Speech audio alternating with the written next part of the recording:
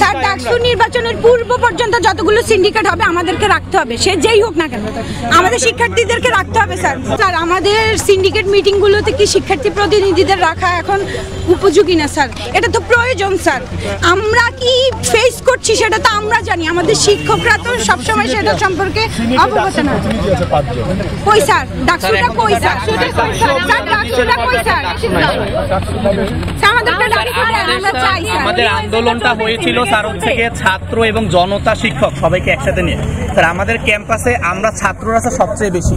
এখন স্যার এইখানে স্যার আমাদের সিন্ডিকেট সভাতে আমাদের মাঠে ভিজে ভিজে বারবার একটা নিরপেক্ষ সিন্ডিকেট সবার জন্য স্যার হচ্ছে গিয়ে বারবার চাওয়া লাগে। এখানে কেন স্যার সিন্ডিকেট সভায় যদি আমাদের জন্য স্যার ডিসিশন নেওয়া হয় তাহলে আমাদের প্রতিনিধি কেন স্যার হচ্ছে সিন্ডিকেট সভা হচ্ছে রাখা হচ্ছে না? এই আইনটা হচ্ছে 1973 সালে, এটা আবার সংশোধন করতে হবে।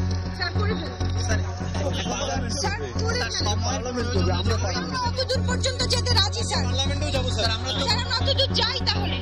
স্যার 1973 অধ্যাদেশ তো স্যার হচ্ছে কোনো স্যার হচ্ছে আসমানি কিতাব না স্যার, ওটা আমরা চেঞ্জ করতে পারবো না। ওখানে অনেক সাংঘর্ষিক অনেক কিছু আছে। 2024 প্রেক্ষাপটে স্যার হচ্ছে আমাদের যেটা করলে ভবিষ্যতের জন্য ভালো হবে, অধ্যাদেশকে অবশ্যই ওভাবে করে স্যার হচ্ছে পুনর্গঠন স্যার হচ্ছে করতে হবে। সারা বাংলাদেশ যেখানে সংস্কার হচ্ছে সেখানে কেন স্যার দাবিগুলো খুব জরুরি, এই জন্যই তোমাদের এই কার্যক্রমটা জরুরি। একটা ছেলেকে বুকে পাড়া দিয়ে তার এইখানে গুলি করেছে, তার একটা স্কুটাম কেটে ফেলতে হয়েছে, এরকম বিভৎস আছে। এটা কোনোদিনও আর হওয়া উচিত না। আমি ওই দিনও বলেছি যে তোমরা হলে আমার ভ্যানগার্ড, তোমরা যদি না চাও শিক্ষার্থীরা না চাইলে এটা কোনোদিনও হওয়া সম্ভব না। কিন্তু স্যার আমাদেরকে তো হুমকি ধমকিও দেওয়া হচ্ছে স্যার। আমি বলছি ভাই, আমি কি শেষ করি, হুমকি ধমকি দেওয়া হচ্ছে। আমাদের সিকিউরিটিটা কই ক্যাম্পাসে স্যার? আমরা এটা বলছি যারা ক্যাম্পাসে দলীয় রাজনীতির বিরুদ্ধে কথা বলতেছে তাদেরকে বিভিন্নভাবে ট্যাগ দেওয়া হচ্ছে। লিগ ট্যাগ দিচ্ছে স্যার। লিগ ট্যাগ দেওয়া হচ্ছে স্যার। যে লিগকে আমরা সরাইছি, সৈরাচারকে আমরা সরাইছি, আমাদেরকে এখন লিগের ট্যাগ দেওয়া হচ্ছে। না, শিক্ষার্থীরা আন্দোলন করলো, আমাদের 9 দফার 7 নম্বর দফাটাই ছিল যে দলীয় রাজনীতি নিষিদ্ধ করতে হবে।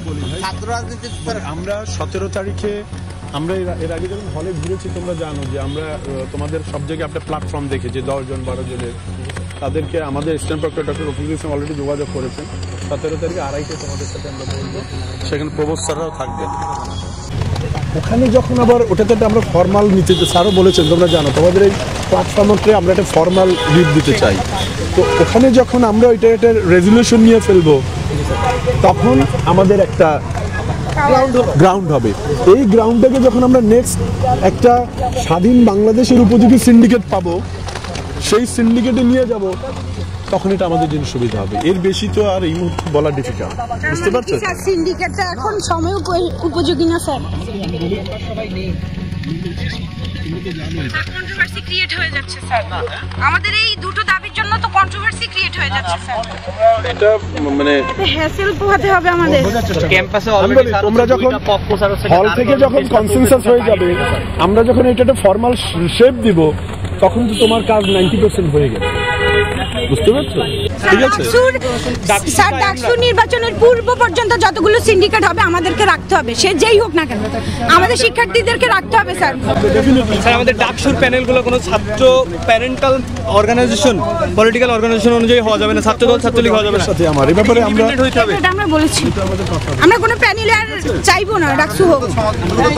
সমাধান চাই, আমরা দ্রুত সমাধান। আরেকবার একটু সামারাইজ করেন, আপনারা নেক্সট আমাদের সাথে কবে আলোচনা করতে চাচ্ছেন এই বিষয়ে? যে কোনো সময় আমরা এই যে আলোচনা করছি, যে কোনো সময় আমরা আলোচনা করতে রাজি আছি, কোনো অসুবিধা নেই।